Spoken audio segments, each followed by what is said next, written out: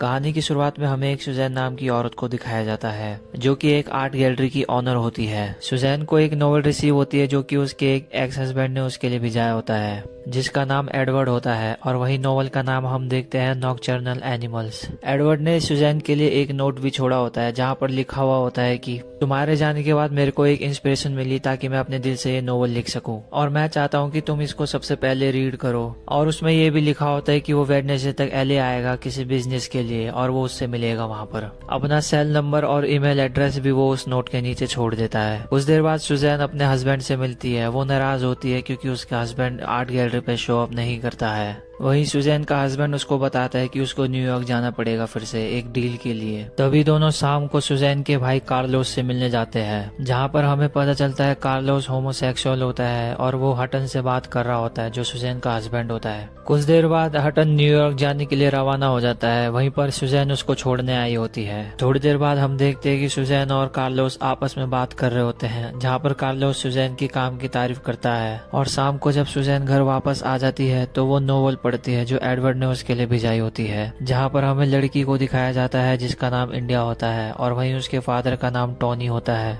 India की mom का नाम लौरा होता है और ये तीनों कहीं मार्फा जाने के लिए रवाना हो जाते हैं। तभी लौरा टोनी से पूछती है कि कितनी देर में वो पहुंच जाएंगे जहाँ पर टोनी बताता है कि 3 घंटे लगेंगे उनको। इंडिया भी कहती है कि उसके मोबाइल में सिग्नल जो है अब आना बंद हो गया है। थोड़ी देर ड्राइविंग करने के बाद टोनी को 2 गाड़ी दिखती है जो हट नहीं रही होती है जहाँ पर टोनी हॉर्न बजा के उनको साइड करवाता है जहाँ वो देखते हैं कि उस गाड़ी में 3 नशेड़ी होते हैं। तभी इंडिया गाड़ी के बैक सीट से उनको एक फिंगर दिखाती है जहाँ पर उसकी माम उसको रोकती है ये करने से। थोड़ी देर बाद वो लोग टोनी की कार के आगे आ जाते हैं जहाँ पर टोनी की कार से वो गलती से टकरा जाते हैं। वहीं वो लोग टोनी को गाड़ी साइड में लगाने के लिए बोलते रहते हैं बार बार, लेकिन टोनी गाड़ी नहीं रोकता और वो गाड़ी सीधा चलाता रहता है। तभी वो लोग टोनी की गाड़ी पे बार बार धक्का मार रहे होते हैं जिसके कारण टोनी की गाड़ी साइड में आ जाती है। तभी उस गाड़ी में से एक आदमी बाहर आता है जिसका नाम रे होता है जहाँ पर रे टोनी से कहता है कि जब एक्सीडेंट होता है तो तुम्हें रुकना चाहिए और वह ये भी कहता है कि जब एक्सीडेंट का सीन होता है तो तुम यहाँ से जा नहीं सकते और ये एक क्राइम है। वहीं लौरा कहती है रे से कि तुम जो ड्राइविंग कर रहे थे वो पागलों की तरह ड्राइविंग कर रहे थे। तभी टोनी कहता है कि हमें पुलिस को फोन करना चाहिए जहाँ पर रे कहता है कि ये सब तुम्हारी गलती है। वहीं उसकी वाइफ लौरा कहती है कि इससे कोई फर्क नहीं पड़ता कि किसकी गलती है। वहीं पर रे का दोस्त जो होता है टर्क वो बताता है कि इनकी गाड़ी जो है वो पंचर हो चुकी है। तभी इंडियाना अपने डैड से कहती है कि इनकी बात पे यकीन मत करना। रे कहता है कि ये तब हुआ होगा जब तुम हमारी गाड़ी पे धक्का मार रहे थे। वहीं पर लौरा कहती है कि हम तुम्हारी गाड़ी पे नहीं तुम हमारी गाड़ी पे धक्का मार रहे थे। वहीं पीछे से इंडिया कहती है कि ये झूठ है।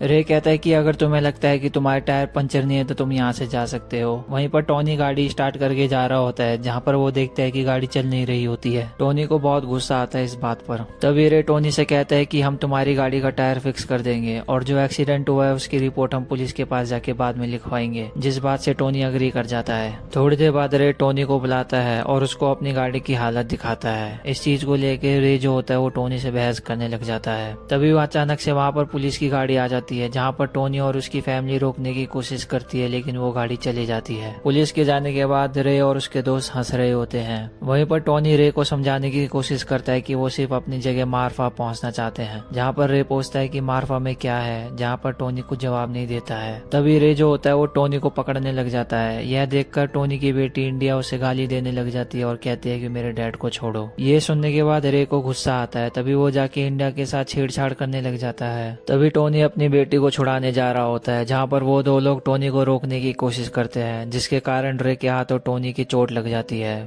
वहीं टोनी पूछता है कि रोड के कहाँ तक पहुँचने पर हमें सिग्नल मिल जाएगा, जहाँ रे बताता है कि पहली जगह पे पहुंचने के बाद सर्विस जो है तुम्हें मिल जाएगी। तभी टोनी कहता है कि हम अपनी गाड़ी में बैठ के वहां पर चलते हैं। रे टोनी से कहता है कि अगर तुम यहाँ से भाग गए तो, जहाँ पर टोनी कहता है कि तुम अपनी गाड़ी में बैठो और हम अपनी गाड़ी में बैठेंगे, फिर हम तुमको फॉलो करेंगे। रे इस बात से मना कर देता है और वो टोनी को कहता है कि तुम मेरी गाड़ी में बैठोगे, लेकिन टोनी कहता है कि वो ऐसा नहीं करेगा। तभी रे कहता है कि ठीक है तुम अपनी गाड़ी चलाओ और लड़कियां हमारे साथ आएंगी। तभी वो लड़कियों के साथ छेड़छाड़ करने लग जाता है। वहीं पर इंडिया और लौरा जो होती है उनसे दूर हो जाती है और रे जो होता है उन सबको चिढ़ा रहा होता है। यह देखकर टोनी को गुस्सा आता है और वो चिल्ला देता है उसके ऊपर। तभी लौरा जो होती है वो गाड़ी का गेट खोल के अंदर बैठ जाती है और वो पीछे का गेट खोल के अपनी बेटी को अंदर बिठा रही होती है।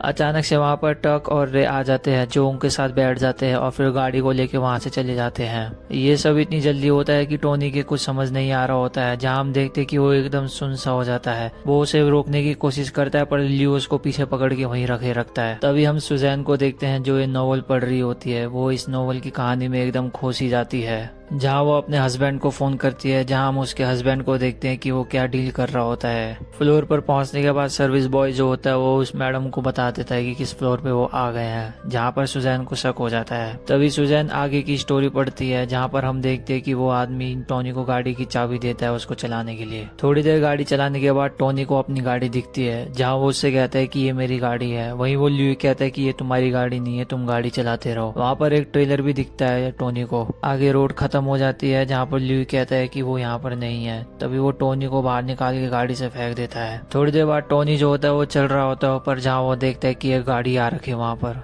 तभी वो वहाँ रोक के पीछे छुप जाता है, जहाँ हमें पता चलता है कि रे और ल्यू उसे ढूंढने आए होते हैं वापस। ल्यू कहता है कि तुम्हारी बीवी तुम्हें ढूंढ रही है, लेकिन टोनी बाहर नहीं आता और वहीं छुपा रहता है। तभी वो वहाँ से चले जाते हैं। अगली सुबह टोनी वहाँ से जा रहा होता है, जहाँ पर उसको एक घर मिलता है। वहाँ से वो फिर पुलिस को फोन करता है, जहाँ पर पुलिस उसे बताती है कि बेली नाम की कोई जगह यहाँ पर है ही नहीं। तभी पुलिस टोनी को मोटल में रुकने के लिए कहती है और कहती है कि जब उन्हें कुछ पता चले तो उसे फोन करेंगी। जहाँ पर टोनी को पुलिस का फोन आता है और वो बताते हैं कि उनको उसकी गाड़ी मिली है, लेकिन बीवी और बच्चे नहीं मिले। और वो ये भी बताते हैं कि वो ये केस किसी लेफ्टिनेंट एंडर्स के हाथ में दे रहे हैं। तभी टोनी की मुलाकात डिटेक्टिव बॉबी एंडर्स से होती है, जहाँ डिटेक्टिव टोनी से कहता है कि हम तुमको उसी घर लेके जाएंगे जहाँ से हमें तुम्हें उठाया था, और तुम वहाँ से हमें बताना कि तुम कहाँ गए थे। जब वो गाड़ी से रोड पर जा रहे होते हैं तो टोनी को याद आता है कि वो इस तार के ऊपर से आया था, जहाँ वो उस डिटेक्टिव को बताता है। तभी वो आगे दिखाता है कि वो कहाँ गया था। थोड़ी देर आगे जाने के बाद टोनी को 2 डेड बॉडी दिखती है, और वो किसी और की नहीं बल्कि उसकी बेटी इंडिया और उसकी वाइफ लॉरा की होती है। जहाँ वो डिटेक्टिव से पूछता है कि क्या वो ठीक है।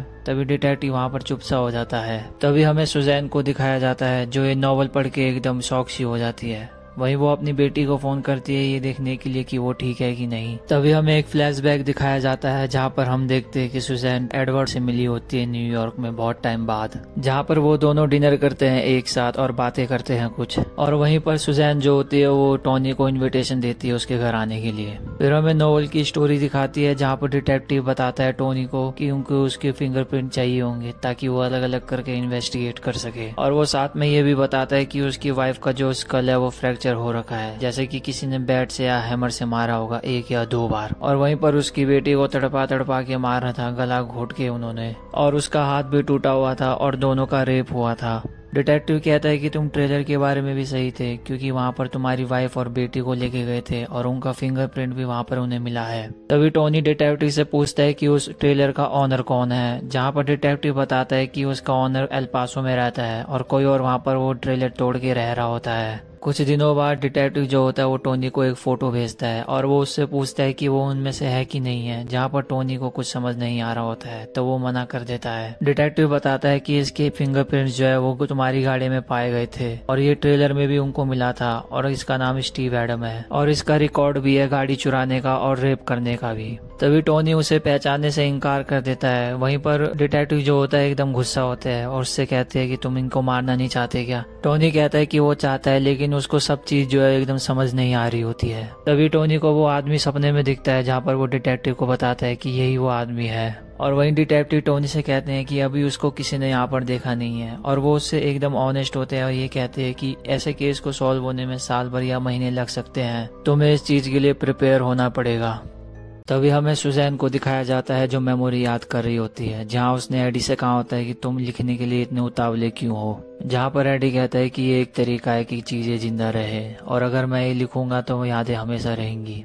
आगे हमें नोएल की कहानी को दिखाते हैं, जहाँ पर हमें पता चलता है कि टोनी के केस को लगभग 1 साल हो चुका है और वही डिटेक्टिव ने टोनी को बुलाया होता है, जहाँ वो बताता है कि कल रात सुपरमार्केट में उन्होंने 3 लोगों को पकड़ा था, जिनमें से एक की मौत हो गई और एक भाग गया और एक को उन्होंने पकड़ रखा है अभी। डिटेक्टिव कहते हैं कि हम चाहते हैं कि तुम देखो जिसको हमने पकड़ा है उसको तुम पहचान पाते हो कि नहीं, और वो ये भी कहते हैं कि तुम मरे वाले को भी देख सकते हो, पर लेकिन उसकी जरूरत नहीं पड़ेगी क्योंकि वो स्टीव एडम है जिसकी फोटो मैंने तुम्हें पिछले साल ईमेल करी थी। और वो इन तीनों में से एक आदमी का नाम होता है जो टर्क होता है। जब कैदी आते हैं तो टोनी को 1 सेकंड भी नहीं लगता पहचानने में, जहाँ वो बताता है कि यही वो आदमी है। तभी डिटेक्टिव उस कैदी ल्यू से पूछते हैं कि क्या तुम इसको जानते हो, जहाँ पर वो मना कर देता है।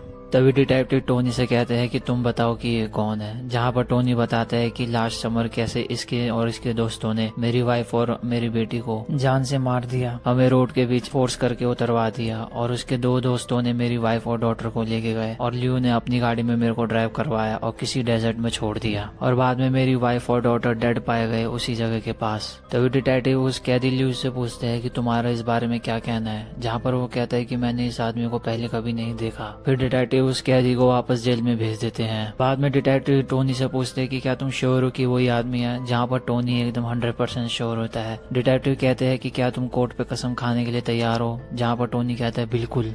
वहीं पर वो डिटेक्टिव खुश होता है। फिर वो टोनी को बताता है कि वो उसके ऊपर मर्डर का चार्ज लगाएगा।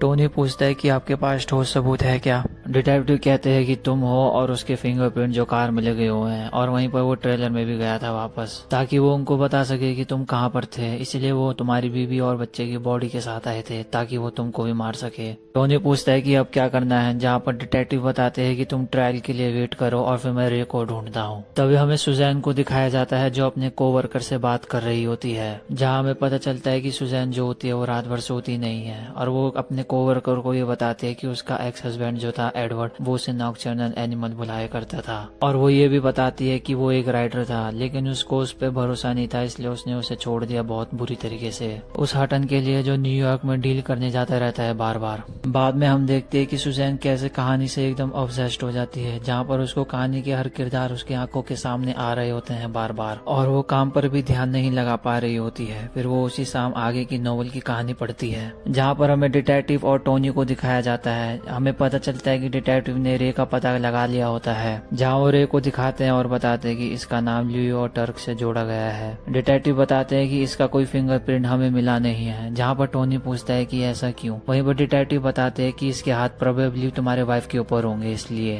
तभी डिटेक्टिव पूछते हैं कि क्या ये वही आदमी है, जहाँ पर टोनी कहता है कि हाँ। तभी डिटेक्टिव रे को अपने साथ लेके चले जाते हैं पूछताछ के लिए, और वहीं हम देखते हैं कि टोनी जो होता है वो ड्राइविंग कर रहा होता है, जहाँ पर डिटेक्टिव रे से पूछते हैं कि क्या तुम इस गाड़ी को पहचानते हो, जहाँ पर वो मना कर देता है। तभी डिटेक्टिव कहते हैं कि तुम ड्राइवर को जरूर पहचानते होंगे, मेरे दोस्त टोनी को, क्या तुम इसे पहचान सकते हो, जहाँ पर रे कहता है कि मैं इसे देख नहीं सकता, इसको मुड़ने को बोलो। तभी टोनी गाड़ी रोक देता है और फिर पीछे मुड़ के रे को देखता है, जहाँ पर रे कहता है कि मैं इसको नहीं जानता। वहीं पर डिटेक्टिव कहते हैं कि टोनी क्या तुम इसे जानते हो, जहाँ पर टोनी कहता है कि हाँ। डिटेक्टिव टोनी से कहते हैं कि इसकी यादें थोड़ी ताज़ा कर दो, जहाँ पर टोनी बताता है कि लास्ट समर कैसे इन्होंने इंटरस्टेट रोड पर मेरी वाइफ और मेरी बेटी को मारा था जान से, और जब उनकी गाड़ी पंचर हो गई थी तो ल्यू और टर्क ने उसे फिक्स करा था, और तुमने और टर्क ने मेरी गाड़ी में मेरी बीबी और मेरे बच्चे को लेके वहाँ से चले गए थे, और ल्यू मेरे को अपनी गाड़ी में लेके गया था, फिर उसने मेरे को एक डेजर्ट में छोड़ के वहाँ से फेंक दिया था बाहर, और तुम और ल्यू मेरी गाड़ी में वापस आए थे और मेरे को बुला रहे थे ताकि मैं तुम्हारी जाल में फंस सकूं। तभी रे जो होता है वो कहता है कि तुम सब पागल हो रखे हो। वहीं डिटेक्टिव टोनी से कहता है कि इसको बताओ जरा हमें वहाँ पर क्या मिला, जहाँ पर टोनी कहता है कि मेरी वाइफ और मेरी बेटी की डेड बॉडी मिली वहाँ पर, और वो उसको उसी ट्रेलर में लेके जाते हैं जहाँ वो टोनी की वाइफ और उसके बच्ची को लेके गया था। जहाँ पर टोनी रे से पूछता है कि मुझे जानना है कि तुमने मेरी वाइफ और बेटी के साथ क्या किया। टोनी कहता है कि मुझे जानना है कि उनको कैसा लगा और उन्होंने क्या कहा तुमसे। तभी टोनी जो होता है वो चिल्ला चिल्ला के पूछ रहा होता है, जहाँ पर वो रे के पंच मार देता है। तभी सुजैन के हाथों नोवेल की बुक नीचे गिर जाती है। तभी हमें एक फ्लैशबैक दिखाया जाता है जहाँ पर सुजैन एक स्क्रिप्ट पढ़ रही होती है जो एडवर्ड ने लिखी होती है। वही सुजैन को वो स्क्रिप्ट अच्छी नहीं लगती है, जिसके कारण उन दोनों के बीच में बहस हो जाती है। तभी सुजैन की मुलाकात हटन से होती है स्कूल में।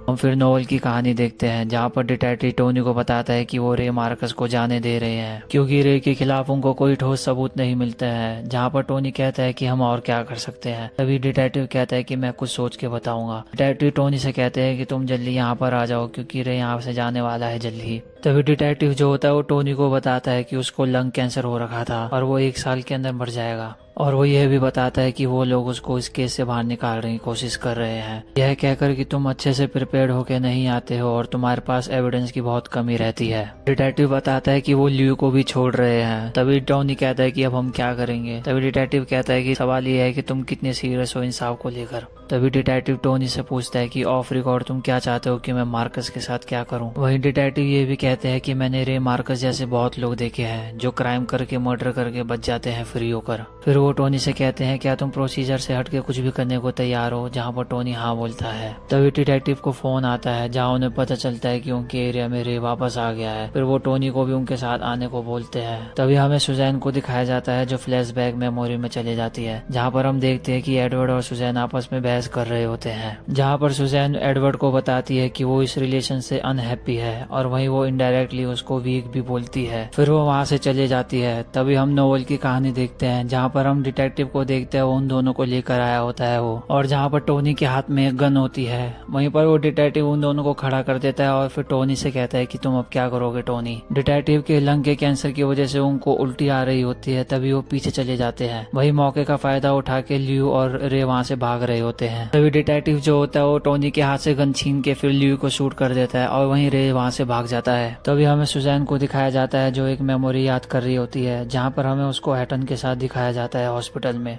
जहाँ हमें पता चलता है कि सुजैन प्रेग्नेंट होती है एडवर्ड के बच्चे के साथ और वो वहाँ पर एबॉर्शन कराने आई होती है ताकि वो हटन के साथ रह सके। तभी हम देखते हैं कि एडवर्ड जो होता है बाहर से देख रहा होता है। फिर हमें नोवेल की कहानी को दिखाया जाता है जहाँ हम देखते हैं कि टोनी एकदम गुस्सा होता है कि वो अपनी फैमिली को बचा नहीं पाया। टोनी बार बार चिल्ला के कह रहा होता है कि मुझे उनको रोकना चाहिए था और उनको प्रोटेक्ट करना चाहिए था। तभी डिटेक्टिव जो होता है वो टोनी को संभालता है और उससे कहता है कि हमें रे को पकड़ना चाहिए इससे पहले कि वो कहीं और भाग जाए। तभी डिटेक्टिव अपनी गन जो होता है वो टोनी को दे देता है और उससे कहता है कि उसके पास दूसरी गन पड़ी है। वहीं पर टोनी डिटेक्टिव से पूछता है कि क्या तुम इस सब को लेकर प्रॉब्लम में तो नहीं पड़ जाओगे, जहाँ पर डिटेक्टिव कहता है कि वो वैसे भी मरने वाला है। तभी टोनी गाड़ी लेके वहाँ से जा रहा होता है जहाँ पर उसको वो ट्रेलर दिखता है जहाँ पर रे और उसके दोस्त उसकी वाइफ बच्ची को लेके गए थे। टोनी को लगता है कि रे इस ट्रेलर के अंदर छुपा होगा, तभी वो इस ट्रेलर में चेक करने जाता है जहाँ वो देखता है कि रे सो रहा होता है। रे जो होता है वो टोनी को अपनी बातों में उलझा रहा होता है, जहाँ हम देखते हैं कि कैसे वो अपने पीलो के पीछे से एक आयरन निकाल लेता है। रे कहता है टोनी से कि तुम बहुत ही वीक हो, तुम इतने वीक हो कि तुम कुछ कर ही नहीं सकते। तभी टोनी रे के गोली चला देता है 1-2 बार और वहीं पर रे जो होता है वो टोनी की आंखों में आयरन मार देता है। तभी हमें सुबह का सीन दिखाया जाता है जहाँ पर हम देखते हैं कि टोनी को कुछ अच्छे से दिख नहीं रहा होता है और वहीं हम देखते हैं कि रे की भी मौत हो चुकी होती है। तभी टोनी बाहर आता है, फिर एयर फायर करने लग जाता है ताकि उसको हेल्प मिले। टोनी की आंखों में पेन हो रहा होता है जिसके कारण वो नीचे गिर जाता है। जब वो उठने की कोशिश करता है तो वो नहीं उठ पाता, जिसके कारण वो फिर से नीचे गिर जाता है और गलती से उसको खुद को गोली लग जाती है और वहीं पर टोनी की हार्ट बीट भी स्टॉप हो जाती है। तभी हमें सुजैन को दिखाया जाता है जो सॉफ्टली बोलती है एडवर्ड। जब सुजैन सो रही होती है तभी उसको एडवर्ड का मेल आता है जहाँ पर लिखा होता है कि वो उसे ट्यूसडे नाइट को मिलेगा। फिर सुजैन एडवर्ड से मिलने चले जाती है जहाँ पर वो उसका घंटों तक इंतजार करती है, लेकिन एडवर्ड जो है नहीं आता और यही ये कहानी खत्म हो जाती है। दोस्तों अगर आपको ये कहानी अच्छी लगी तो लाइक और शेयर जरूर कीजिएगा और इस चैनल पे अगर आप नए हो तो चैनल को सब्सक्राइब कर देना। मैं आपके लिए ऐसे ही नई वीडियो लाता रहूंगा।